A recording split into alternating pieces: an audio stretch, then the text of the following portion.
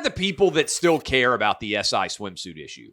I mean, really legitimately go and want to grab it. I remember being 11, 12, 13 years old in a pre-internet era. The SI swimsuit issue was a really big deal because generally you didn't get to see a lot of good-looking women wearing bathing suits of a skimpy nature very often, okay? Just wasn't that common.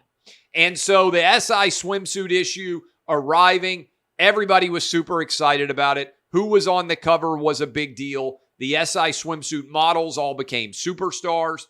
But let's be honest. Who is not able to see as many good-looking women in scanty clothing as they want in an internet age? Now, I understand why the SI swimsuit issue was really popular in 1985 and in 1988 and even in 1990 or 1992. But in 2022, who's sitting around thinking, you know what? There aren't enough women in bathing suits that I can go see. That's basically the entirety of Instagram. Instagram is basically defined by hot chicks hardly wearing anything. It is a absolute bathing suit extravaganza on a day-to-day basis.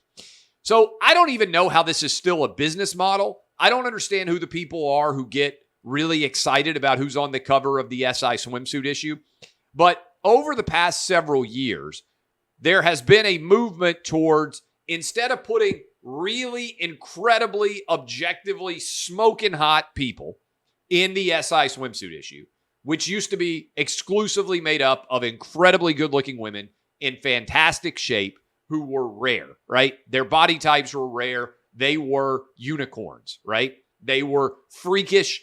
What I used to analogize back in the day, I would say, hey, Victoria's Secret supermodels are like NBA lottery picks. There just aren't very many of their bodies made, right? There aren't very many 6'10" or 7 foot super athletic people in the world. There aren't very many 6 foot tall, perfectly proportioned, gorgeous supermodels either. They're both freaks. And I mean that in a really positive way, in that the reason why their talent is rare is because it's uncommon. And so lately in modeling, and I don't really understand this, there's been a movement towards let's have models that look more like real life people. And evidently that has some appeal. I don't really understand that. But it doesn't translate anywhere else. Like imagine that I said, hey, yeah, I like sports, but I feel bad because athletes are bigger, stronger, and faster than the average people who watch them. So instead of having these Adonises, instead of having these freakishly proportioned, incredibly well-toned, athletic men representing the apex of our sport in basketball and football and soccer and baseball, wherever it is, whatever sport you like, let's instead put the most average-looking dudes possible in those same uniforms so we make people who look average feel better about themselves and they can see reflected in those athletes people who reflect the image of what they look like as opposed to an aspirational target. That wouldn't be very popular. If I told you, hey, I know superheroes are big and strong and ripped, but I'm really bothered by the message that we're sending to everybody out there that superheroes are in an incredible physical position and have really big, strong muscles. So we're going to have fat superheroes. I don't think people would respond very well to it. So I don't understand the concept of let's put models and make them look like everybody else. The whole point of a model is it is someone who is modeling the apex of what the body can achieve, in my opinion, whether it's male or female. I mean, I could be shirtless on the cover of Men's Fitness. I should not be shirtless on the cover of Men's Fitness because nobody out there should see me and say, you know what I aspire to look like one day? 43-year-old dad bod extraordinaire Clay Travis. I could be in the SI swimsuit issue. Hell, I could be a cover artist for the SI swimsuit issue. I shouldn't be because nobody who goes to the beach should be like, you know who I want to look like? Clay Travis. No, you should aspire to look like somebody a lot better than me.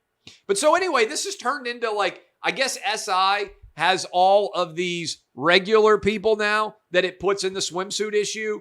And now it's turned into an issue that Jordan Peterson came out and said something like, yeah, he didn't really approve of it. And it's turned into a huge controversy. And I don't really get it. I got to be honest with you, I don't. I think that we should aspire to be incredibly healthy, and everybody should aspire to be incredibly ripped. And most of us are not going to be either of those things, but it doesn't mean that that shouldn't be our goal. Our goal should be to be as healthy and good looking and physically in shape as possible. Yet evidently it's now everybody's focused on fat shaming and everything else. Look,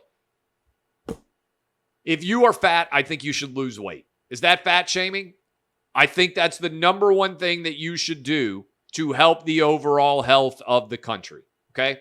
Whether you're male or female, gay or straight, black, white, Asian, Hispanic, if you are fat, I think you should try to lose weight because I think you will be healthier.